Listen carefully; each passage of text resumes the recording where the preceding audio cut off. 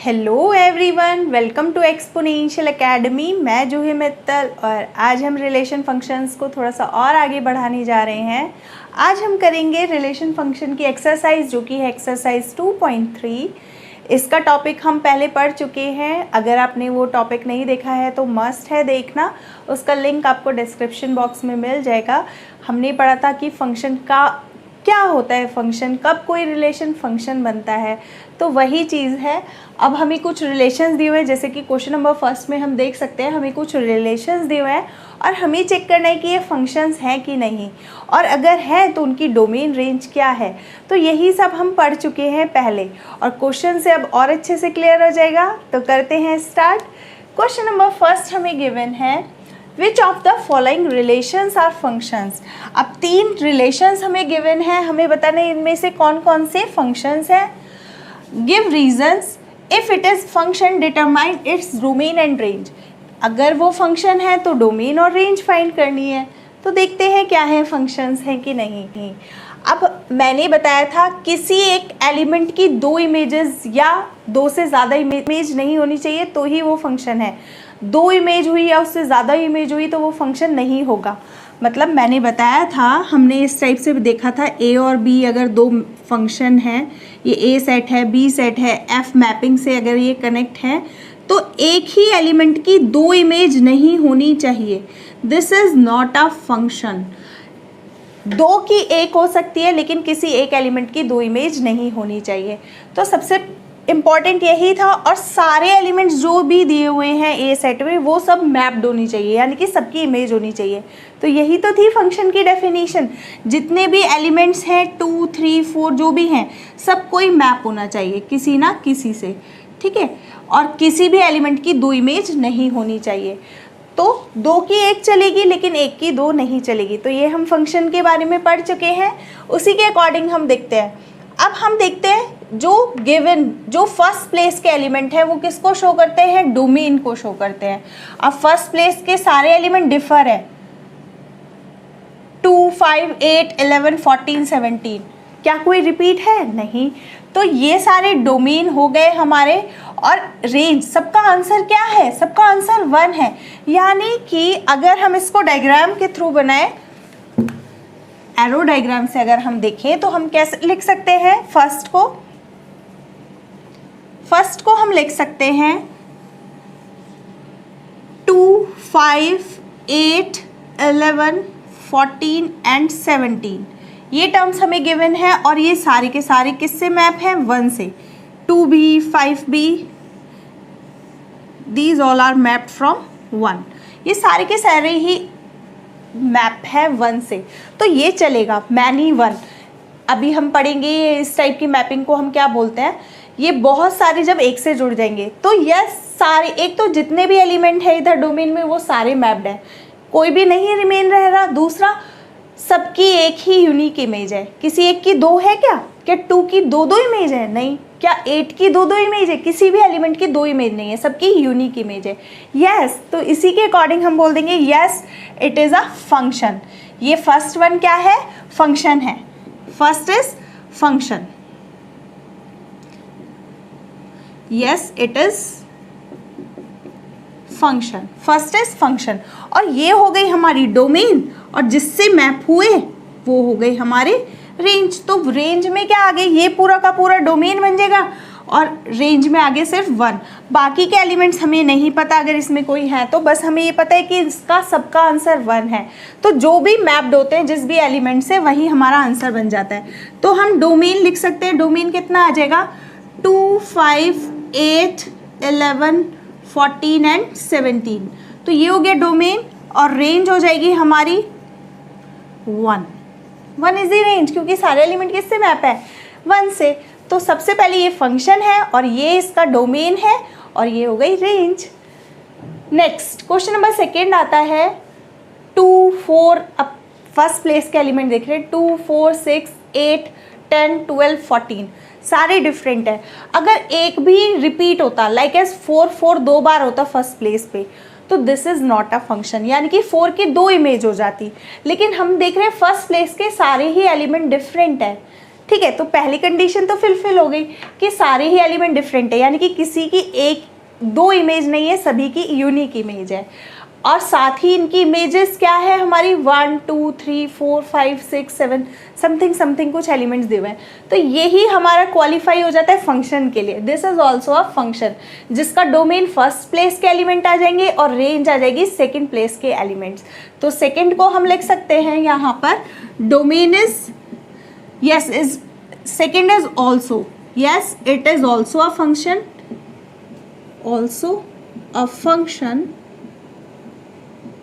और इसकी डोमेन क्या आ जाएगी, जो फर्स्ट प्लेस का एलिमेंट है 2 4 6 8 10 2 4 6 8 10 12 14 12 एंड 14 ये डोमेन आ गई और रेंज आ गई हमारी कितनी, जिससे मैप्ड है 1 2 3 4 5 6 7 5 6 एंड 7। तो ये सारी रेंज आ गई, जो जो आंसर है जिससे भी मैप्ड है। तो सेकंड प्लेस के सारे एलिमेंट किस में आ गए, रेंज में। तो ये हो गया डोमेन रेंज।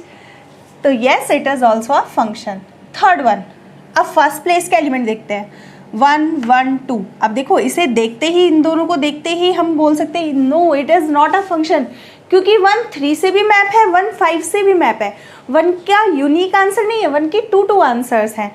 तो अगर हम इसको डायग्राम के थ्रू देखें, third one is not a function, not a function. Diagram के थ्रू देखेंगे तो 1 और 2 एलिमेंट्स दिख रहे हैं और इधर की साइड आंसर आते हुए 3 एंड 5 दिख रहा है, 3 एंड 5। तो देखो 1 का आंसर 3 भी है और 1 का आंसर 5 भी है, 1 के 2 आंसर्स हैं। तो this is not a function. 2 का एक आंसर चल सकता है लेकिन किन्हीं एक का दो आंसर नहीं होगा, हर एलिमेंट की यूनिक इमेज होनी चाहिए। और 2 इज मैप्ड फ्रॉम 5। तो हम देख रहे हैं this is not a function. तो यही हो जाता है question number first. Please make a note. Next आता है क्वेश्चन नंबर सेकेंड, जो कि मोस्ट इम्पॉर्टेंट क्वेश्चन है। ये हर बार आता ही है इस टाइप का क्वेश्चन। तो देखते हैं क्या है question number second. Find the domain and range of the following real functions. ये सारे कैसे हैं, रियल फंक्शंस हैं। अब हमें इनकी डोमेन और रेंज फाइंड करनी है। तो देखते हैं कैसे। क्वेश्चन नंबर फर्स्ट अगर हम देखें तो F X is equals to minus का मॉड ऑफ एक्स दिया हुआ है। मॉडुलस फंक्शन हम पढ़ा चुके हैं, मॉडुलस फंक्शन।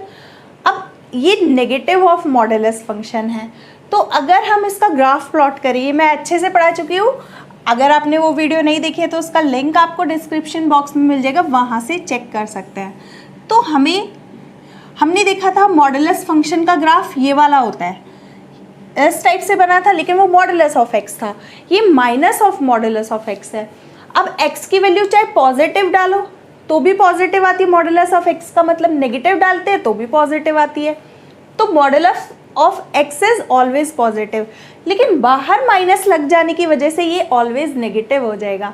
तो x को अगर हम 0 डालें तो y भी क्या आएगा, 0 आएगा कि नहीं। ये क्या है, y is equals to F X is equals to कितना है, mod of x with minus sign. यहाँ पर क्या है, ये माइनस साइन के साथ माइनस x। तो हमें ये गिवन है। तो x को अगर मैं 0 डालूँ तो y इज इक्वल्स टू 0, पहला पॉइंट। 1 2 3 4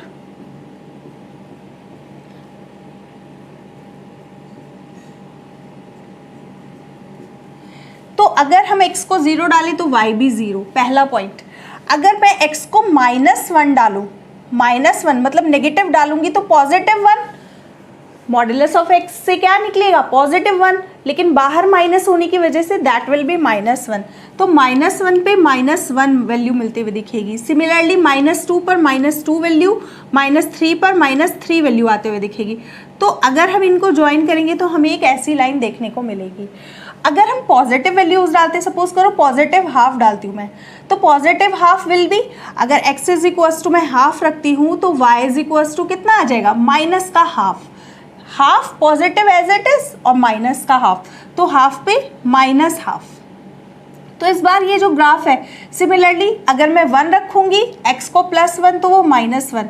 अगर मैं इसको ज्वाइन करते हुए लाइन खींचूंगी तो इस टाइप से कुछ हमें जाते हुए ये लाइन दिखाई देगी। तो दिस इज दी फंक्शन। अगर हम इसको देखें, ये हो गया हमारा ग्राफ ऑफ द फंक्शन, जो हमें फंक्शन दिया हुआ था। अब डोमेन क्या रहा, जो वैल्यू हम डाल सकते हैं, हम तो सारे रियल नंबर्स डाल सकते हैं ना, -∞ टू +∞, तो हम सारे ही रियल नंबर डाल सकते हैं, -∞ टू +∞। तो डोमेन तो हमें आते हुए दिख रहे हैं सारे रियल नंबर्स, हम क्योंकि सारे ही नंबर डाल सकते हैं, ऐसा कोई भी नंबर नहीं है जो हम नहीं डाल सकते। तो डोमेन क्या होता है, जो नंबर हम डाल सकते हैं, तो हम सारे नंबर डाल सकते हैं। तो हम, और यहाँ से भी हम देख के बोल सकते हैं ये इन्फिनिटी तक जाएगा graph. Domain is whole real number, domain is equals to R. इसको ठीक से लिख लेते हैं।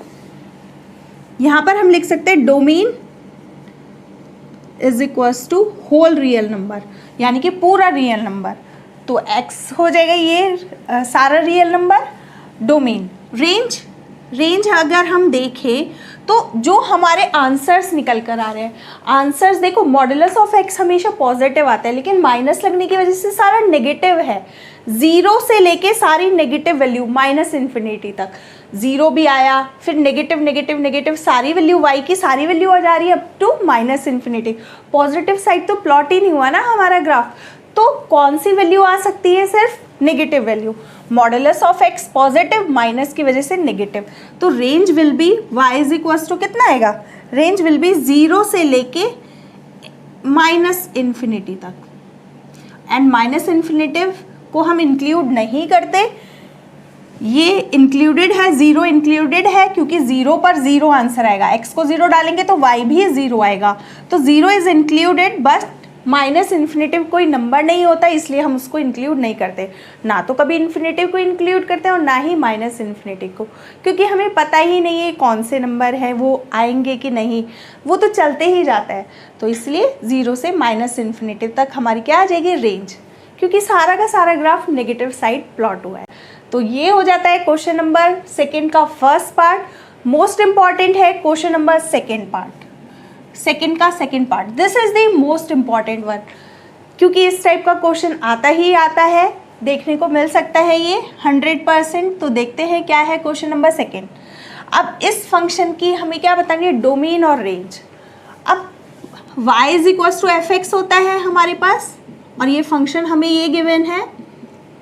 अब इसकी डोमेन बतानी है, डोमेन मतलब x की वैल्यूज जो हम डाल सकते हैं, और रेंज क्या होता है, y की जो वैल्यू आ सकती हैं। तो यही तो होता है x की जो वैल्यू हम डाल सकते हैं। अब यहाँ पे हम x की वही वैल्यू डाल सकते हैं। देखो, अंडर रूट में कभी माइनस नहीं आना चाहिए, अंडर रूट में अगर माइनस आता है तो वो कॉम्प्लेक्स नंबर बन जाता है, वो कोई रियल नंबर नहीं रहता। और हमें ये जो फंक्शन दिए हुए थे वो कैसे दिए हुए थे, रियल फंक्शंस। तो मोस्ट इम्पॉर्टेंट है कि अंडर रूट में कभी माइनस ना आए।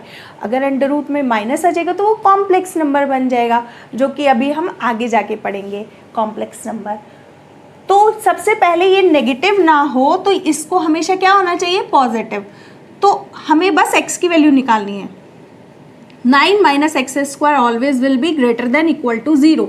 इक्वल टू 0 चलेगा, पॉजिटिव चलेगा, लेकिन नेगेटिव नहीं चलेगा। नेगेटिव क्योंकि रियल नंबर नहीं होते, अंडर रूट में नेगेटिव आ जाएगा तो वो कॉम्प्लेक्स नंबर बन जाते हैं। इसलिए अंडर रूट वाली जब भी टर्म आए, वो अंडर रूट के अंदर वाली टर्म हमेशा क्या होनी चाहिए, पॉजिटिव या 0। तो यहाँ से अगर हम इसको देखें, सॉल्व करें, माइनस की मल्टीप्लाई कर देते हैं।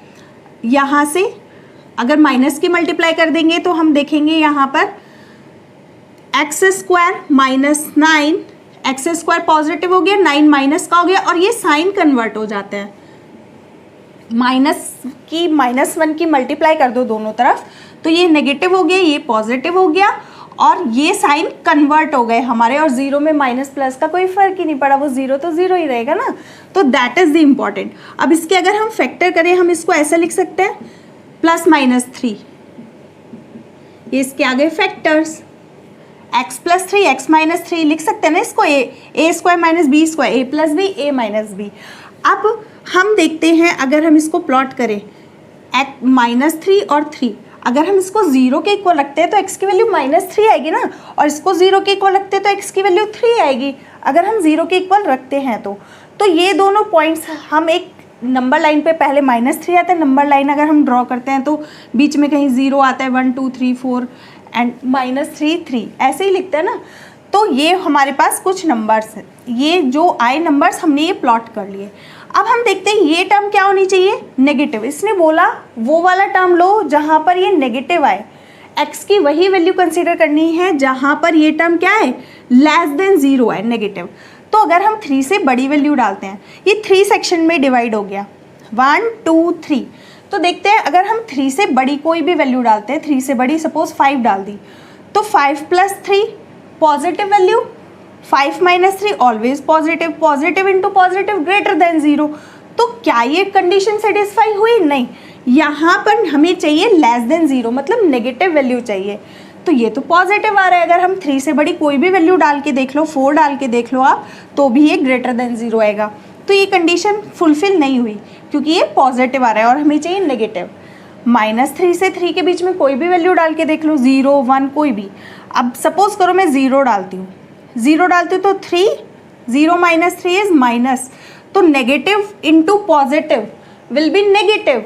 तो ये वाला टर्म नेगेटिव आते हुए दिख रहा है मुझे। x को अगर मैं 0 डालूँ, पॉजिटिव इंटू नेगेटिव, ये नेगेटिव आएगा ना, -3, तो नेगेटिव लेस देन 0। तो यानी कि, और मैं सिर्फ 0 ही नहीं, कोई भी -3 से 3 के बीच में कोई भी वैल्यू डालो, 1 डालूँ तो 1 + 3 1 - 3, देखो ये नेगेटिव हो गया ना, तो इसकी वजह से ये टर्म क्या आएगी, नेगेटिव। सिमिलरली अगर -3 से इधर की कोई भी वैल्यू डालें, क्या होता है, -4 -5 यही सब होता है ना, तो -4 हम डाल के देखते हैं, -4 - 3 -7, -4 - 3 इज -1, ये भी नेगेटिव, ये भी negative, negative into negative will be positive. तो ये टर्म हमें आते हुए दिख रही है, इधर की साइड का पोर्शन पॉजिटिव, इधर की साइड का पोर्शन भी पॉजिटिव, बस बीच का -3 से 3 के बीच का ही पोर्शन नेगेटिव है, और हमें तो वही पोर्शन चाहिए जो कि नेगेटिव आए, क्योंकि इसने बोला था कि इन दोनों का प्रोडक्ट क्या आना चाहिए, लेस देन 0। तो हम देख रहे हैं x की वैल्यू कहाँ से कहाँ तक होगी, x बिलोंग करना चाहिए, this is the sign of belongs, x belong करना चाहिए -3 से लेके 3 तक। इंक्लूड क्यों है, क्योंकि इक्वल टू भी 0 है, अभी हमने इक्वल टू 0 रखी ही तो ये -3 3 पॉइंट लिया था। अगर हम -3 3 भी इंक्लूड करेंगे तो 0 इक्वल टू आ जाएगा, और अदरवाइज -3 और 3 के बीच की वैल्यू लेंगे तो वो लेस देन 0 हो जाएगी। तो हम देख रहे हैं x की वैल्यू हम कहाँ से कहाँ तक डाल सकते हैं, -3 से 3 तक डाल सकते हैं, तभी ये हमारी कंडीशन फुलफिल होगी। तो that will be the domain, ये आ गया हमारा डोमेन जो हम x की वैल्यू डाल सकते हैं। तो x की वैल्यू हम और ऐसे भी लिख सकते हैं इसको हम, x is lying between 3 to -3, x की वैल्यू -3 से 3 के बीच में हम डाल सकते हैं, क्योंकि उसी के बीच में हमारा ये एग्जिस्ट करेगा। और डाल के भी देख लो, अगर 3 तक वैल्यू 3 डालूंगी तो 9 - 9 0 एग्जिस्ट करती वैल्यू, 2 डालूंगी 9 - 4 जो कि पॉजिटिव आएगा, एग्जिस्ट करता है। लेकिन 3 से बड़ी वैल्यू अगर मैं 4 डाल दूँ, 9 - 16 हो जाएगा, 9 - 16 यानी कि नेगेटिव आ गया अंडर रूट में, जो कि रियल फंक्शन नहीं रहा ना, कॉम्प्लेक्स बन गया। इसीलिए तो हम कौन सी वैल्यू डाल सकते हैं, -3 से 3 के बीच की वैल्यू हम डाल सकते हैं। तो ये आता है डोमेन। नेक्स्ट हम निकालते हैं रेंज। रेंज निकालने का प्रोसेस देखते हैं। अब जो y इज इक्वल्स टू हमें फंक्शन गिवन है, मोस्ट इम्पॉर्टेंट, सबसे पहला यही y इज इक्वल्स टू, ये फंक्शन लिख लो, y is equals to fx तो हमने पहले ही लिखा हुआ है, ये वाला टर्म उठा लिया, y is equals to fx सबसे पहला टर्म। अब यहाँ से x की टर्म में y निकालना है, मतलब अगर हम x निकालना है, हमें यहाँ से x कैसे निकालें, y की फॉर्म में, स्क्वायर बोथ साइड कर दे, स्क्वायरिंग बोथ साइड। डोमेन हम निकाल चुके हैं, ये प्रोसेस चल रहा है फॉर रेंज, फॉर रेंज, और यही मोस्ट इंपॉर्टेंट प्रोसेस है रेंज निकालने वाला। देखते हैं क्या, स्क्वायरिंग बोथ साइड, अगर हम दोनों साइड स्क्वायर करेंगे तो ये आ जाएगा, और यहाँ से एक्स स्क्वायर को अलग ले जाओ और ये बन जाएगा हमारे पास X square equals to, X को इधर ले गए और ये बन गया 9 - y स्क्वायर। तो x की वैल्यू एक तरह से 9 की टर्म, y की टर्म में आते हुए दिख रही है ना, और एक्स स्क्वायर, अब x की वैल्यू क्या थी, -3 से 3 थी, एक्स स्क्वायर हमेशा पॉजिटिव होगा ना, कोई भी रियल नंबर डालो उसका स्क्वायर करोगे तो ग्रेटर देन इक्वल टू 0 होगा कि नहीं? कोई भी नंबर का स्क्वायर, कोई भी रियल नंबर का square always greater than equal to 0 होगा। तो क्योंकि ये ग्रेटर देन इक्वल टू 0 है तो हम यहाँ से देख सकते हैं 9 माइनस, यहाँ पर लिख सकते हैं हम पहले, since X square is always greater than equal to 0, this imply, क्योंकि ये हमेशा ग्रेटर देन इक्वल टू 0 रहता है तो ये दोनों क्योंकि इक्वल है, this imply 9 minus Y square is always also greater than equal to 0। जो ये होगा वही इस पर भी अप्लाई होगा। अगर ये 0 या 0 से बड़ा है, क्योंकि ये दोनों इक्वल है तो ये भी 0 या 0 से बड़ा होगा। तो यहाँ से अब हमें y की वैल्यू निकालनी है और यहीं से हमारी रेंज आते हुए, अभी मैंने बताया x की जो वैल्यू आती है वो डोमेन को शो करती है और y की जो वैल्यू आती है वो रेंज को शो करती है। तो सेम वही प्रोसेस जैसे अभी हमने यहाँ पर किया था, इसके फैक्टर करने हैं 9 माइनस वाई स्क्वायर, जैसे 9 माइनस एक्स स्क्वायर आया था, फिर से इसको अगर -1 से मल्टीप्लाई कर दे that will become Y square और साइन चेंज हो गया।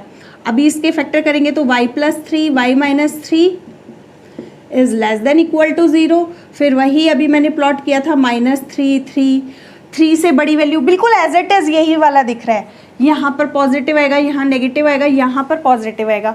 तो y की वैल्यू भी कहाँ से कहाँ तक दिखा रहे हैं वो, y also belongs to -3 to 3। बिल्कुल सेम वही प्रोसेस जो कि अभी डोमेन में हमने अप्लाई किया, बिल्कुल वही आ गया ना एज इट इज। तो हमने देखा y -3 से 3 के बीच में लाई करता है, लेकिन क्या यही रेंज हो जाती है? नो, अभी हम इसको चेक करेंगे, ये फाइनल आंसर नहीं है। डोमेन का जो आता है ये फाइनल आंसर होता है, लेकिन रेंज का जो y की वैल्यू निकली अभी हमें इसको एक बार और देखना होता है। अब y की वैल्यू यहाँ से यहाँ तक आ गई, मतलब वो बोल रहे हैं y की वैल्यू माइनस से पॉजिटिव तक जाएगी, लेकिन y तो ये था ना हमारा। अब अंडर रूट से जो भी वैल्यू आती है हमारी, क्योंकि ये नेगेटिव तो हो नहीं सकता अंदर वाला टर्म, ये वैल्यू हमेशा ग्रेटर देन इक्वल टू 0 होता है। अब यहाँ पर हम लिखेंगे most important term y since, इसको इक्वेशन नंबर फर्स्ट डाल देते हैं गिवन क्वेश्चन से, since from first y is always greater than equal to 0, y हमेशा ग्रेटर देन इक्वल टू 0 है।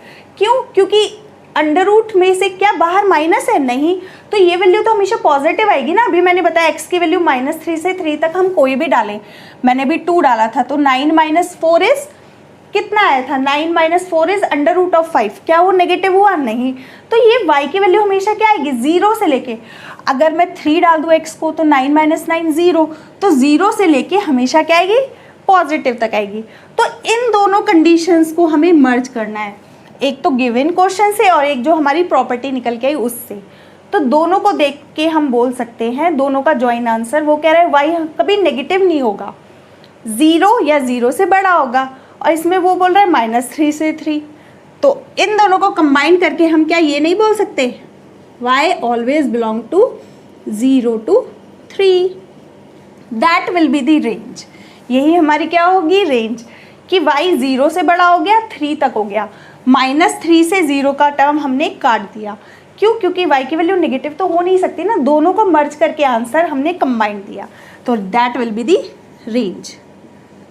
रेंज इज इक्वल्स टू कितना आ गया ये, और इसको हम साथ में लिख सकते हैं, range is equals to y is lying between 3 से लेके 0 से लेके 3 तक, that will be the range.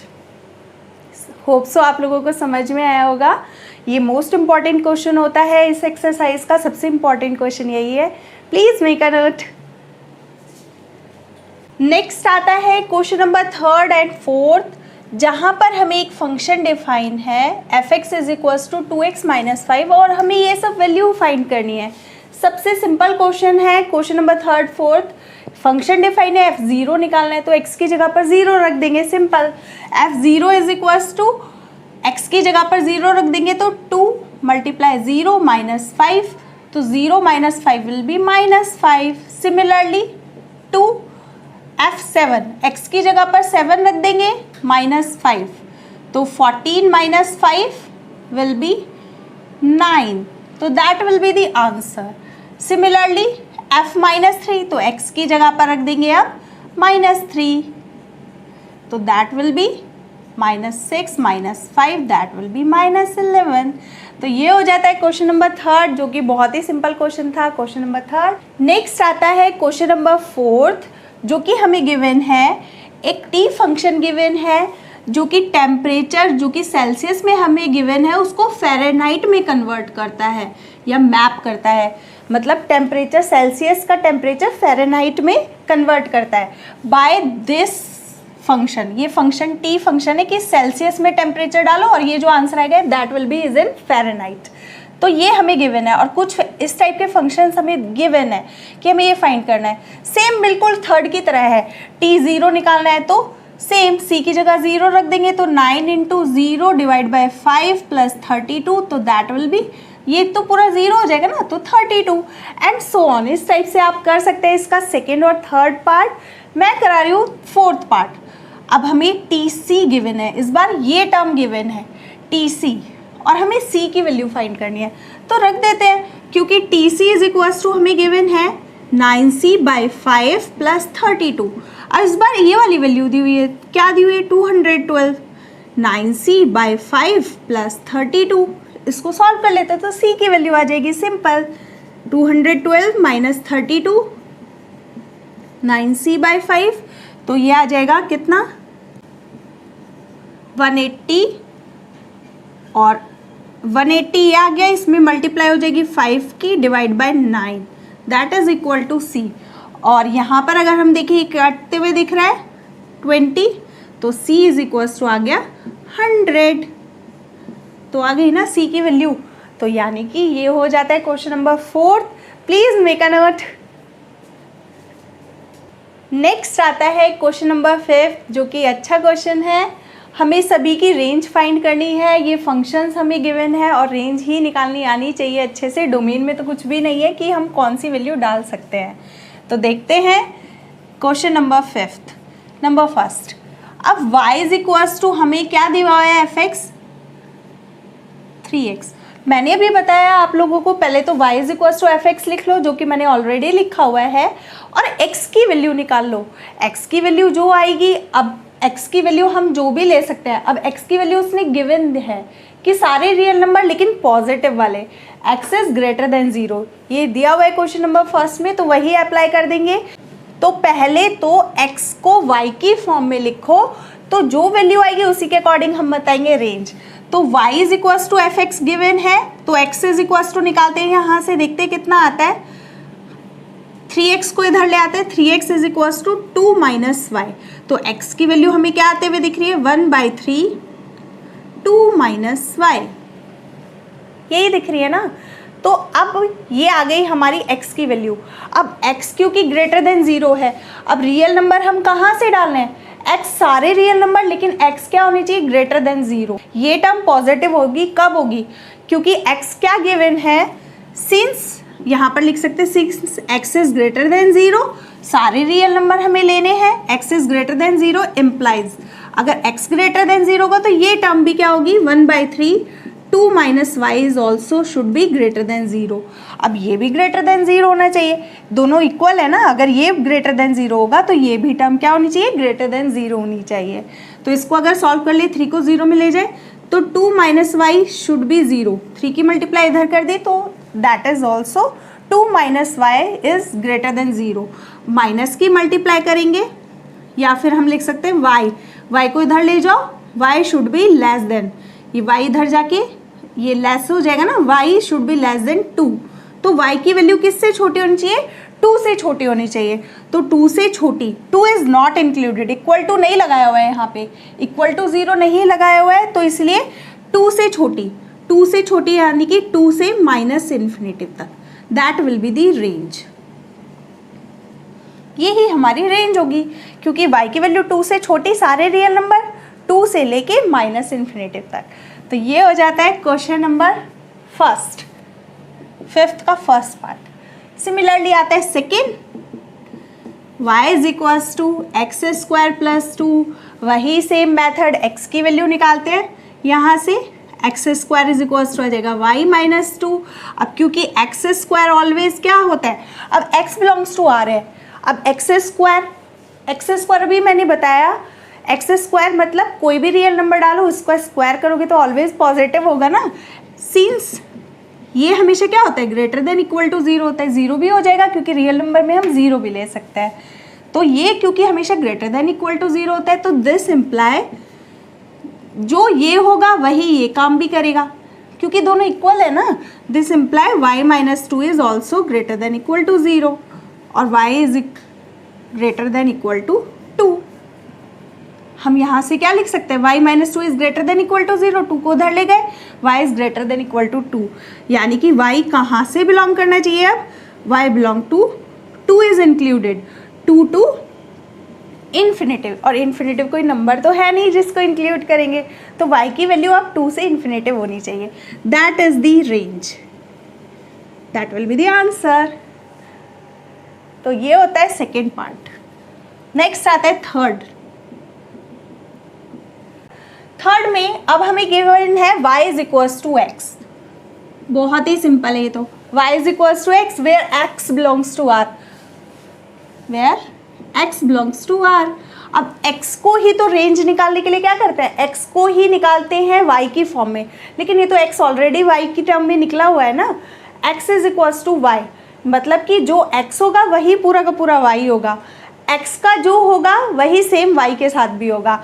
This imply since, यहाँ पे हम लिख सकते हैं since domain is, since y is equals to x and x belongs to r, यानी कि x के लिए पूरा रियल नंबर डोमेन है तो y के लिए भी रेंज भी क्या आएगी, जो x डालेंगे वही रेंज y आएगी। This imply y also belongs to r, that is range of y is equals to r। तो ये हो जाता है क्वेश्चन नंबर 5 जो कि अच्छा क्वेश्चन है। होप सो आप लोगों को अच्छे से समझ में आया होगा। अगर अभी भी कोई क्वेरी रह जाती है आप मुझे कमेंट सेक्शन में लिखकर पूछ सकते हैं। तो यहाँ फिनिश हो जाती है हमारी एक्सरसाइज 2.3। नेक्स्ट हम करेंगे इसकी मिसलेनियस एक्सरसाइज। अगर ये वीडियो आपके लिए थोड़ी भी हेल्पफुल रही है प्लीज़ लाइक शेयर सब्सक्राइब करना नहीं भूलिएगा। Thanks for watching.